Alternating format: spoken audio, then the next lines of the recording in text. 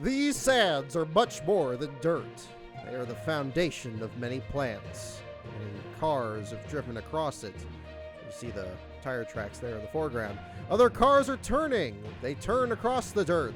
Then they go straight past the seagulls and the water. The secret to building the perfect sandcastle once belonged to but a few experienced craftsmen.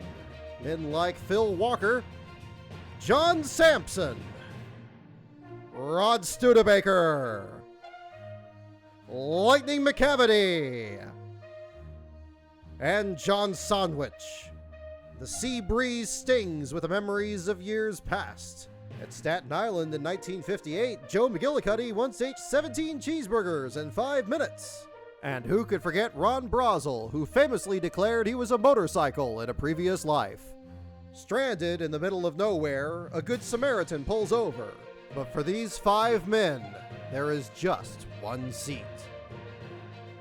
Welcome back, everyone, to the Daytona 500. Time to set the lineup. On the front row, father and son, Bobby Labonte and Terry Labonte. And in the second row, you see Dale Earnhardt is there. Well, let's talk to Dale as he tries to concentrate.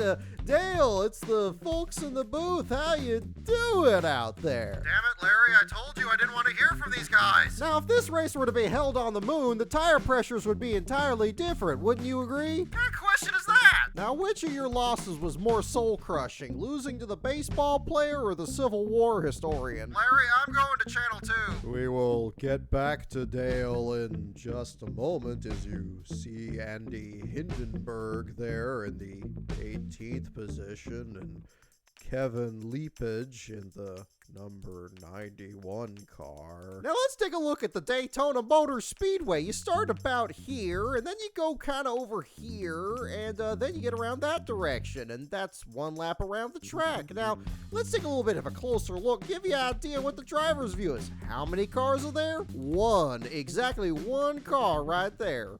Coming down to the start, and oh goodness, somebody beat the signal right there. Okay, that's a little weird. Now here's my keys to the race. Now first of all, before we get started, it's important to get a good start and make sure that your car is able to run at the top speed that it possibly can. And then after the race starts, well, you're going to have to make sure that you stay in line because the draft is so important here. And if you get out of the draft, well, your car is just not going to go. And you see, this is the most amazing camera that we have. This is the helmet cam. You will be able to see the race from Jeff Gordon's perspective there in the 24 car. Oh, and it cut away. Looking down the back straightaway, driver 18, Bobby Labonte, followed by his uncle Terry Labonte in the 5 car there, having a little bit of a lead there over the 3rd place car. So, crew chief analyst, when can we expect these drivers to come down pit road? Well, you see, I've been crunching the numbers here, and we've just about completed 1 lap, and so the tires are about pretty wore out, and the fuel cell is just about dry. I would expect them to come in within the next, 5 to 10 laps at least. As you see on the graphic there, approximately 4 of the last 32 WC races have been won from the pole position. I just cannot get over how incredible this racing is. The best that ever was, is, or will be out there. Look at the cars going side by side. You know, they're driving, so much faster than your passenger car can, and yet they're still able to just keep driving. It just boggles the mind. Riding on board with Jeff Bodine, he's a driver who's won here before a few years ago, as you see him exiting the tri-oval and following the number 13 car of Nadeau. Pit road guy, you have a report on the 7 car? Jeff Bodine, currently running in the 17th position there in the 7 car, spoke to his crew chief this morning, and he told me that his favorite music is Charlie Daniels. He enjoys long walks on the beach and sunsets after midnight. He also goes on a cruise from now and then with his wife Charlene, and they're very interested in doing that again. Well, we're gonna cruise right into our first commercial break of the today, but don't go anywhere. We'll be right back with more action from Charlotte.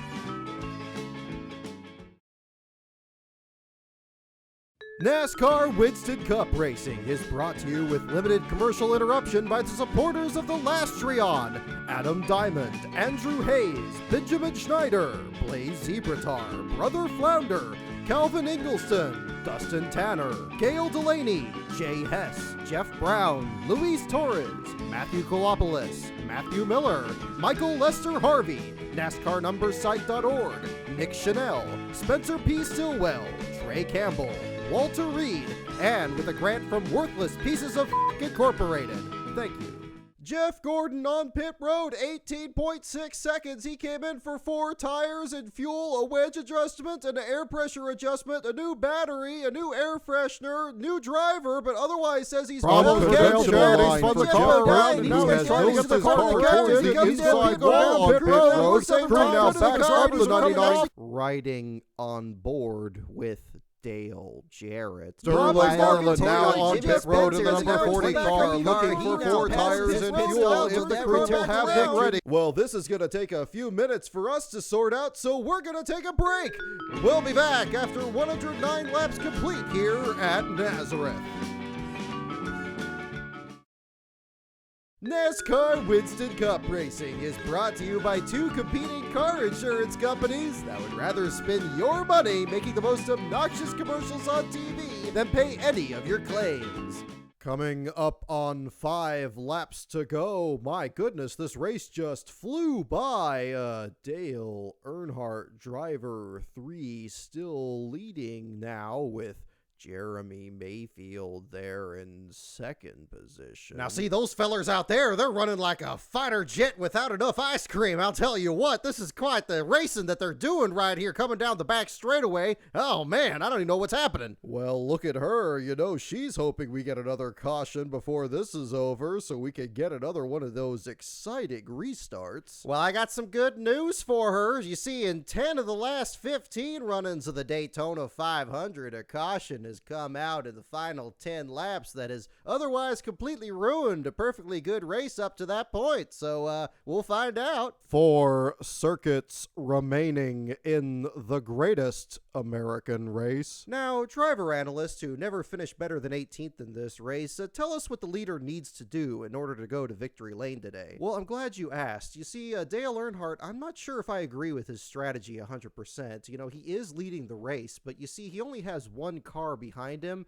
and when you only have 1 car behind you, your car can't quite go as fast. What you need to do is you need to have a large pack of cars right behind you, and that makes your car go a lot faster, and then you can finish the race a lot sooner. Looking back behind the leader, you see car number 12 there, Jeremy Mayfield, currently running in the 2nd position, the runner-up spot to Dale Earnhardt. Well, speaking of the Intimidator, we know somebody who's not too intimidated to have a good time. It's our man in the stands with the fan's eye view. Well, thank you guys. Now when I'm getting ready to do my post-race interview in the tri-oval that ruins every photographer's shot, it is completely unnecessary because I could have just waited 2 minutes till they get to victory lane. I like to just stand up here in the stands with all the fans up here, and boy, everybody up here looks awfully tense. I can't exactly figure out why, but you know what? Each of them in their own way is just having a good time. Good heavens, what is she looking at? Now see, just what I told you about. Here comes the car number 18, Bobby Labonte, running in the 2nd spot. He's really getting ready to make a move here at the end of the race. Boy, it's about to get sighting up there at the front. Look at these cars. They're just like all over each other. And oh, you look at Jimmy Spencer. He's there in the sucker hole. He gonna go all the way to the back. As you watch the rest of the field negotiate this 2.5-mile facility. Now, I just want to say something that not everybody may know about driver 18 there, Bobby Labonte. You see, his car is green. Problems on the back straightaway. Lake Speed and John Andretti spinning to the inside. Caution is out. The race is over. NASCAR will go back to timing and scoring in the scoring loops around the track to determine the proper order of finish. Dale Earnhardt is your winner. And now you see driver number 3, Dale Earnhardt, coming off the 4th corner and entering the tri-oval. He will take the caution flag, and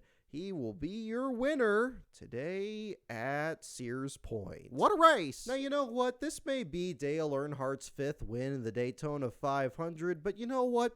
This one's special. When you have that much success at a very early stage in your career and you win the greatest race in NASCAR that many times in a row, you really don't appreciate it that much. And, I think this time around, you could just tell from the look on the crew there, this one's special. This one really means a lot to him. And you can't overlook the most important thing. With Dale's win, he punches his ticket into the playoffs and, of course, the championship. That's what he's really after here. Winning these races are nice, but you got to win that championship out there to call your career complete. Now, folks, I gotta tell you, make sure you stay tuned to us next week when we see an even more difficult track these guys are gonna take on, the Chicagoland Speedway, under the lights, no less. I can't wait for it, and I know you guys can't either. The nighttime is indeed the right time.